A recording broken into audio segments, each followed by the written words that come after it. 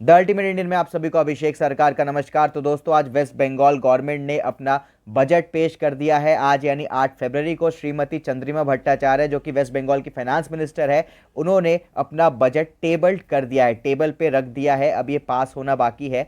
तो आज इस वीडियो में 15 मेन हाइलाइट्स बताऊंगा वेस्ट बंगाल बजट का। पर उससे पहले बजट सेशन शुरू होने के टाइम ही हंगामा हो गया बीजेपी और टीएमसी के बीच में। दरअसल वेस्ट बंगाल में अब ये रूल है कि कोई भी गवर्नमेंट काम होने से पहले, कोई भी गवर्नमेंट मीटिंग हो गया या फिर पार्लियामेंट सेशन हो गया, उससे पहले बंगाल का जो स्टेट सॉन्ग है वो गाया जाएगा, बांग्लार माटी बांग्लार जल। तो ऐसा ही हुआ। विधानसभा सेशन जब स्टार्ट हो रहा था तब सब लोग खड़े हुए बांग्लार माटी बांग्ला जल, जो कि स्टेट सॉन्ग है, उसको गाने के लिए। तो बीजेपी के जो एमएलएस थे उन्होंने इसका विरोध करना शुरू किया।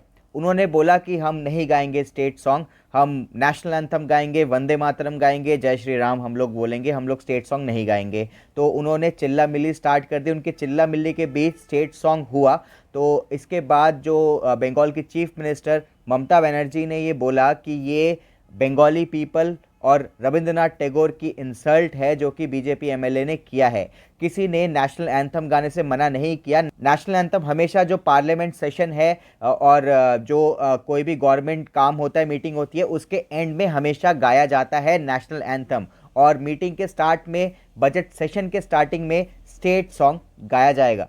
तो इससे बीजेपी एमएलए लोगों को कोई आपत्ति नहीं होनी चाहिए, पर फिर भी उन्होंने विरोध किया। और सोचने वाली बात तो ये है कि जब बजट सेशन के आखिर में नेशनल एंथम गाया गया, उससे पहले ही बीजेपी एमएलए जो थे वो विधानसभा से निकल गए थे, यानी उन्होंने राष्ट्रगान भी अटेंड नहीं किया। तो ये तो रही कुछ पॉलिटिक्स की बात, इस पर हम ज़्यादा ध्यान नहीं देंगे। हम बात करेंगे 15 मेन हाइलाइट्स की जो बजट में बताया गया। सबसे पहले तो गवर्नमेंट एम्प्लॉयज़ के लिए खुशखबरी है। उनका डीए यानी कि डियरनेस अलाउंस जो होता है, जो कि इन्फ्लेशन के तौर पे दिया जाता है, बढ़ाया जाता है इन्फ्लेशन को कॉम्बैट करने के लिए, तो वो 4% बढ़ा दिया गया है। तो अब 4% बढ़ के मिला करेगा डीए। दूसरा हाईलाइट है रेस्टोरेंट और होटल्स के लिए। उनसे जो लग्जरी टैक्स लिया जाता था, उसके ऊपर जो फाइन था या इंटरेस्ट था, उसको वेव ऑफ कर दिया गया है। यानी कि अब सिर्फ टैक्स भरना पड़ेगा। जिसका भी फाइन या फिर इंटरेस्ट लगा हुआ है उसको वेव ऑफ कर दिया गया है, उसको हटा दिया गया है।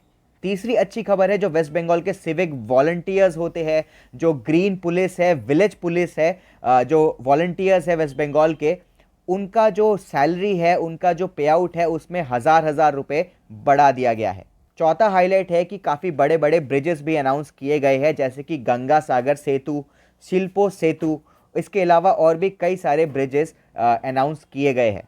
पांचवा हाईलाइट है 100 करोड़ रुपए लगा के super speciality thermal power units बनाए जाएंगे सावतालदीही, बकरेश्वर और दोस्तों दुर्गापुर में।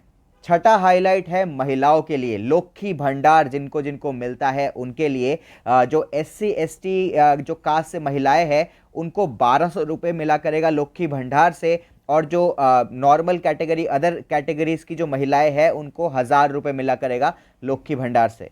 सातवां अपडेट है पूर्व मेदिनीपुर, साउथ 24 परगना और नॉर्थ 24 परगना के जो फिशरमैन हैं, जो मछुआरे हैं, उनके लिए। दरअसल अप्रैल से जून के महीनों में, ये जो 2 महीने हैं, इनमें फिशिंग बंद कर दी जाती है, फिशिंग बंद होती है, जिससे कि जो फिशरमैन है उनको बहुत नुकसान होता है, उनका जो घर का खर्चा है वो चल नहीं पाता है। तो समुद्र साथी स्कीम के तहत उनको ये 2 महीने के लिए 5-5 हज़ार रुपये दिए जाते हैं, जो रजिस्टर्ड फिशरमैन है, जो रजिस्टर्ड हमारे मछुआरे हैं। आठवां बड़ा हाईलाइट है भविष्य क्रेडिट कार्ड से रिलेटेड। जो हमारे यूथ होते हैं उनको बिजनेस करना है, स्टार्टअप करना है, दुकान खोलना है, कुछ भी अपना स्वरोजगार करना है, उनके लिए अब जो लिमिट है वो बढ़ा दिया गया है। 2 लाख से 5 लाख रुपए कर दिया गया है। तो अब कोई भी ये जो स्कीम है इसके तहत अपना स्वरोजगार कर सकता है।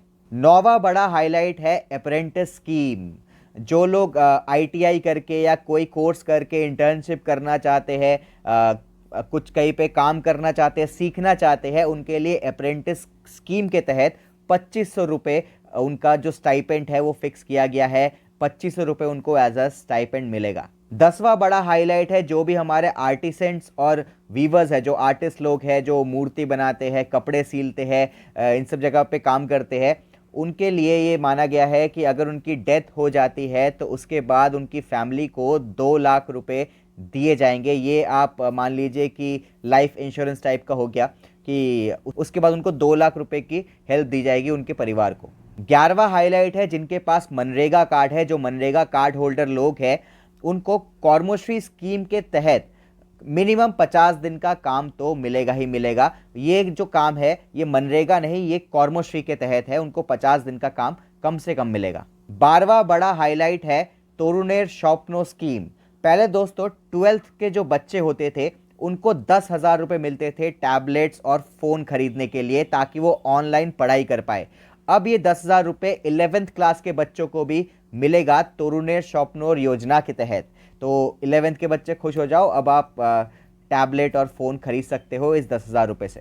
13वां बड़ा हाईलाइट है जो स्कूलों में मिड डे मील बनाते हैं, जो कुक होते हैं, उनकी सैलरी में 500 रुपये बढ़ाए गए हैं। 14th बड़ा अपडेट है कि मदरसाओं के अपग्रेडेशन के लिए 50 करोड़ रुपए अलॉट किए गए हैं।